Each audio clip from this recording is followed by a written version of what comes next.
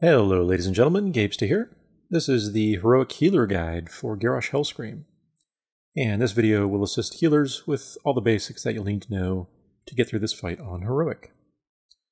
So for the first phase, which we'll talk about here I think just in order, the basic things to know as a healer are the positions. So you'll want to stack up with the rest of the raid in melee range of the boss, so that the very first Desecrate that's cast, which comes out around the time of the first set of adds, will spawn right on top of the raid, as you see there. So during this Desecrate, there'll be quite a bit of damage on the raid, so just be aware of that as a healer. Stack up your HOTS, your ground-based effects, all that good stuff. Prepare for that spike damage that will occur. However, the raid group should be doing miscellaneous cleave damage that will kill off the adds as well as the weapon fairly quickly before it gets out of control. From there, get ready for the first explosion. You'll want a raid cooldown on your raid if possible for that first Iron Star explosion. And then you'll want to move the Desecrate team up on the throne, as you see here. So as a healer, assuming you're using 2 healers, you'll want 2 healers and 1 ranged DPS as the Desecrate team throughout the fight. 3 people out of melee range will force the Desecrate onto one of those 3 targets. So as you saw there, we put the Desecrate up on the throne, and this kind of puts it out of the room for the most part, so you have more space to utilize later. Once that Desecrate goes off, get back in melee range because the next set of Warbringers will come out. And the second set of Warbringers is by far the most challenging part to heal of this first phase, and the most dangerous by far. So basically the way it works is that, without going into too many details, you can check out the full raid guide if you want that. The Warbringers have a fixate mechanic. So they will fixate on non-tank players, and during the first set it doesn't really matter, but the second set of Warbringers will get buffed by the boss for most of their lifespan and do a lot more damage. And during this period, the spike damage on players that are fixated will be quite high. So the important thing is for your targeted raid members to use personal cooldowns and the second set of adds when they're targeted by one, as well as any extra healing cooldowns you might have to help keep people topped off. As long as you can hold on long enough, the boss will transition, and then you'll be able to knock the adds back into the second Iron Star as it passes by. So the first intermission of this fight on Heroic is always Temple of the Jade Serpent. That said, this is probably the most difficult phase of the entire encounter, where you'll probably have the most trouble. Overall, the basic idea is that you have 15 embodied doubts. You need to kill all of these within about 22 or 23 seconds so that the boss transitions and stops gaining energy before he hits 25 or higher. To do that, generally you're going to split up into 5 groups of 2, 5 pairs of players. So as a healer, you'll generally not have very much DPS. It depends on your spec, of course. Those healers that can do some DPS, even with cooldowns, will help on this phase a lot. So I think our Paladin healer is probably the lowest potential DPS of any of the healers. As a monk or a priest, you can do innately quite a bit of damage. Our Druid healer found that she could do a lot with Heart of the Wild cooldown. But basically, as a healer, just like anyone else, you want to help DPS with your partner on your set of adds. The basic idea is to kill your set of adds while interrupting or stunning every time they cast Embodied Doubt. And this is key. So you and your partner need to come up with a method that will allow you to interrupt every single cast they do if possible, and kill them off before they get any of the casts successfully off.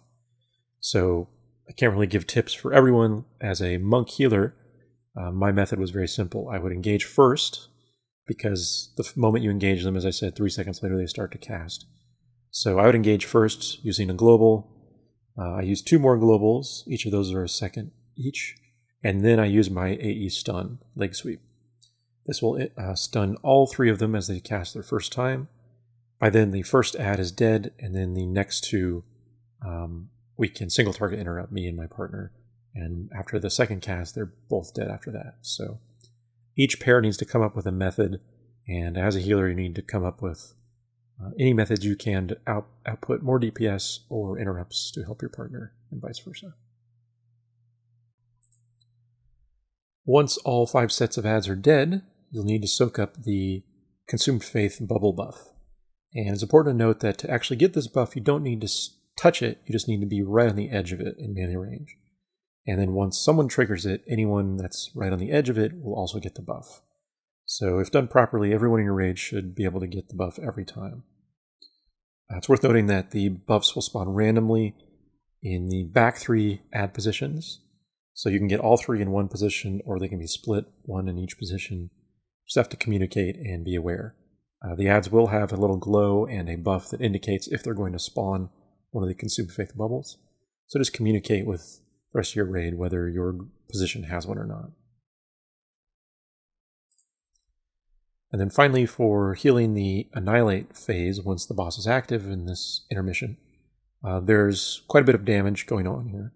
So don't be afraid to use heal cooldowns if you need to. There's no downside to doing that. You don't really need them for much else in the fight other than the whirls, which we'll talk about in a moment. So, as I said, don't be afraid to use your heal cooldowns to help you survive, keep everyone topped off. It's especially important that if someone does not get the faith buff during this phase, that you keep them at full health, because if they're not at full health, a non-mitigated Annihilate hit will kill them. Otherwise, just keep everyone topped off as best you can. Use cooldowns if you need to, and you can see the timers from your boss mods when the intermission will end. But otherwise, it's just like the normal version of this phase.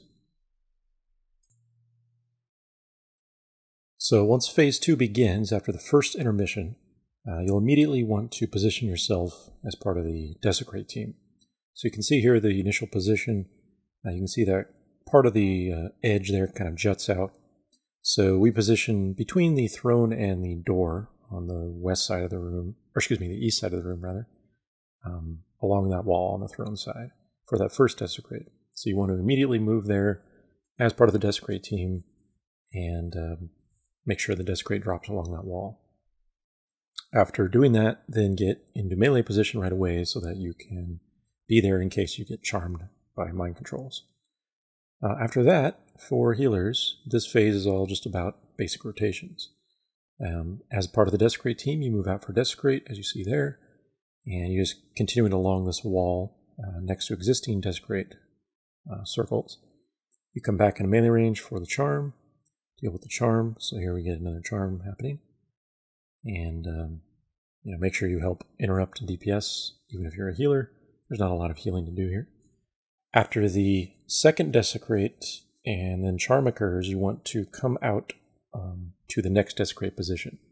So this is why the boss should be positioned around where that yellow marker is, so that Desecrate players, like healers, can move along the edge of the wall, dropping Desecrates, but also stay in range to heal and DPS the boss. So you want to be in position for Desecrate number 3 before that before that Whirling Corruption occurs. That's the second whirl, because the Desecrate occurs almost immediately after the whirl. So if you wait until whirling is over, you won't be able to get in position for Desecrate. So then you're back in here for the next charm, and then after that charm you move out for the fourth Desecrate and the final one of the phase. And basically you can do Desecrate positioning exactly the same every time you do this phase in phase 2, because you always get 4 of them, always in the same timing, all that good stuff. So then you're back in for the final Whirling Corruption before the next intermission begins. So with the basic Desecrate positioning and timing down, then the next thing to discuss really is just the healing in this phase, which primarily comes from Whirling Corruption. So of course the goal in the first intermission is to make sure the boss is below 25 energy so that you do not get empowered whirls. If you do, you probably have to wipe it because it just adds far too much stuff to do to meet the DPS requirement. So dealing with the Whirling Corruption damage as a healer is not too difficult, but you will want to use some form of rotation on your cooldowns for your raid, as well as your heal cooldowns. So we basically have one raid cooldown for every Whirling Corruption that occurs during this phase. And then for healing, I use my, as a monk healer, my primary heal cooldowns every time as well. So for me, that's getting my hots on everyone and using Thunder Focus Tea and all that stuff. And other healers will have similar stuff. Because the group is stacked up for these, you can use ground-based heal effects to great effect, basically. So make sure you maximize that. And then DPS that have heals as well can help out any way that they can.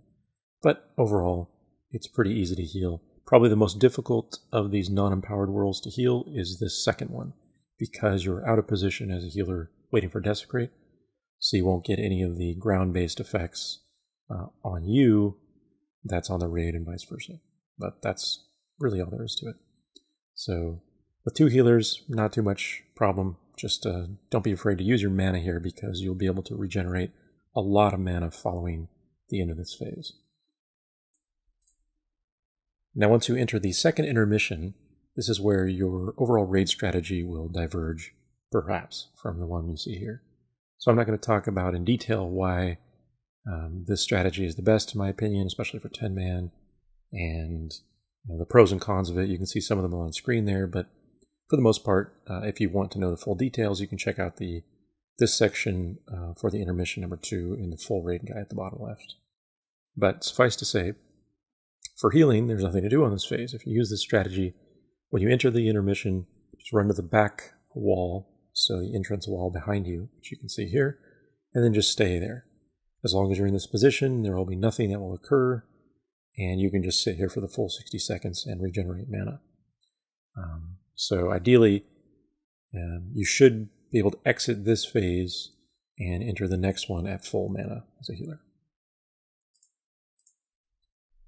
When you come out of the second intermission, you'll be in phase 2.5, or the second half of phase 2, basically. So you want to immediately move to Desecrate position, which we put on the right side of the throne here, on the west side of the throne slightly. And the reason for that position is that even if your very second Desecrate in the fight, the one you put up on the throne, actually targeted your ranged DPS, who stayed in range of the boss, you would still be able to put it in that spot. So it doesn't matter where that second Desecrate way at the start of the fight actually lands, whether it's way up on the throne in the back or at the max range on the throne. Either way, you can place that first one in phase 2.5 at that position. So once you place that, you get back into melee range. The boss will be in the center of the room for the duration of this phase as well as the next one. And get ready for charms. And again, help break charms, help interrupt, all that good stuff. Once the charms are over, this is where the difficult part of this phase 2.5 as well as phase 3 comes in, and that's dealing with Empowered Whirl. So the best method we found for it, as you saw a moment ago, is to basically spread the raid out in a half circle at max range, so about 40 yards from the boss. As a healer, you'll want to make sure both your healers are split somewhat, so that one of you is kind of off to one side of the room and one of you is off to the other, based on the split that's occurring. So I'm always on the back side of the middle of the room. It's kind of where I'm hanging out now, and then our other healers on the other side, if we're split up. Anyway, once you form that half circle at max range from the boss, then everyone's mitigating as much damage as they can while still being in attack range of Garrosh, which is important to meet the DPS requirement. Whirling Corruption, while empowered, does a lot of damage, so it's really important that you aren't afraid to use your mana and your heal cooldowns for this. So prepare for it, basically. Pre-stack hots or all that good stuff, whatever it is you need to do, because that will be probably the most difficult time in the entire fight in terms of healing. You really need to be aware of your burst DPS, or your burst healing rather. So here you can see we're going through it again. What else? Managing the minion of Ysarge, if you get a puddle spawning on you during the Empowered Whirl, is just like you're used to on normal difficulty. It's just more important that you handle it properly. So after the first Empowered Whirl in this phase 2.5, you'll want to take your minion, and if you have a taunt, such as Paladin or Monk healers, taunt it and hit it a few times to make sure it's on you. But then start moving toward one of the walls or the back of the room somewhere, because that first Desecrate will immediately follow that first Empowered Whirl, and you want to make sure that first Desecrate is not directly in the center of this position. This will allow your raid group to use the same side of the room, toward the red marker in our case, for the second round of Empowered Whirl as well. So once you've got your ad under control and on you if possible, then move to the wall somewhere, so that first Desecrate, if it targets you, does not stand in the middle of the room. Now, assuming your raid's DPS is up to snuff, the basic goal is that you'll push Phase 3, 10% of the boss, before the third Empowered Whirl in Phase 2.5. Once this occurs, you need to make sure that you are in position for an upcoming Desecrate. As soon as Phase 3 begins, he will use Desecrate as the first ability. So you want to position toward the side of the room that all your previous Desecrates were already thrown. So for us, that's the east, or that red marker on the right there. So you saw we were all out in position, ready for that Desecrate while this phase was beginning. Phase 3 is when all your DPS cooldowns will be burned, Bloodlust and all that. And the goal is to basically push him into the final phase before he does a second Empowered Whirl. However, for the first Empowered Whirl during this phase, this is where you're going to blow all the remaining cooldowns, survival cooldowns, heal cooldowns, all that stuff. As long as you have enough DPS, you'll only get the one Empowered Whirl during Phase 3, so you won't need those cooldowns for the remainder of the fight, pretty much. Once that Empowered Whirl is over, get your ad handled if possible, then get in position because the charms will be coming up quickly. Once the charms are dealt with, you'll need to move out once again for Desecrate. So you can see we put it there on the purple side. That was open just to keep the center of the room clear.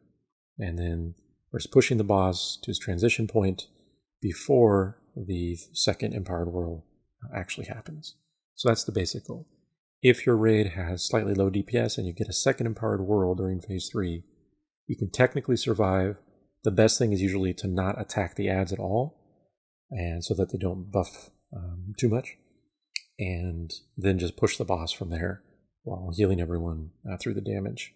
Once you transition and you get teleported away from this for the final phase, the ads won't be relevant anymore. So I think that's the best method if your DPS is low, but generally you should be able to meet this requirement with Bloodlust and whatnot. So while Phase 4 is an entirely brand new phase for this fight for Heroic, many of the mechanics are similar to other mechanics you've seen in previous fights, so it's not actually that difficult of a phase. Once you've practiced this phase a few times, in particular, if you get the Malice and Bombardment methods down, and your Iron Star Kiter, usually your off-tank, can handle it, you'll get the kill pretty quickly. So when you initially come in, you'll want to move with the raid to the right side there. You can see where the marker is for the boss. And then as a healer, you're going to stack up behind the boss so you can deal with Malice. I'll briefly cover Malice here, but again, if you always want more details, check out the full raid guide for all that. The basic idea is Malice is targeted on a random raid member, and that player has a circle of purple around them. Every couple seconds, while it's active, the two closest players to the targeted Malice target will get Malicious Blast cast on them. This does moderate shadow damage and has a debuff that increases Malicious Blast damage. So the basic idea is that everyone except your main tank on the boss will stand on the inside edge of the circle, and once they get a Malicious Blast cast, they'll step into the circle until they get another one, then they'll step out until the debuff is dropped, step back in, and so on and so forth. To help you out, there's a very handy weak aura that I made that I've linked in the description. You can see it in the center of my screen. And that will help you and all your raid members, basically, with handling the in and out process of Malice. Other than handling Malice, you have Bombardment, which is cast pretty infrequently. When it's active, it will launch these bombardments around the room, as you see. And they do fairly low damage, but try not to get hit by them. So this is when the raid will move the boss to the other side of the room, as you see here. When bombardment begins, after 3 seconds, there will be a clump check that basically determines if 4 or more players are within about 5 yards of one another. Every 3 seconds this occurs. If it does find 4 or more players clumped up, it will spawn an Iron Star ball. And you need 1 Iron Star to spawn, and only 1 Iron Star, in fact, during the very first bombardment. So after that second Malice occurs, first bombardment goes off, you'll spawn 1 Iron Star, and then everyone should spread out. You have 3 seconds after the Iron Star spawns to spread out before the next clump check. And if you're too close to one another still, you'll spawn a second Iron Star. Technically, you can survive with 2 Iron Stars, but it's iffy. So basically stay in your Malice positions and then spread out when the time comes after that first bomb or Iron Star spawns. And that's it. So handle the Malice properly. Spread when appropriate after the first bomb has spawned, and then you can just move when you need to get to the next position. Once bombardment is over, you can stack up again for Malice, and that's pretty much it. I won't go into details about how you handle Malice number 4. That's a special case, but usually a couple people in the raid will be assigned to do that with big cooldowns and whatnot. So that's it, really. The final phase is very easy for healing. Your tanks could probably self-heal. You certainly don't need 2 healers for this phase. So pretty much 1 healer can be in charge of soaking up Malices on number 4 or whatever, or kiting the ball if your off-tank can't do it or whatever. But there's really not that much damage going on here. So the main focus is handling Malice properly, just like any other raid member, and spreading out when you need to avoid spawning extra Iron Stars. And once you push the boss down, you'll have him. So I think that covers everything. As always, hope you enjoyed. If so, please subscribe. And that's it until the next expansion, actually. So, as always, thanks for watching, good luck, and see you next time.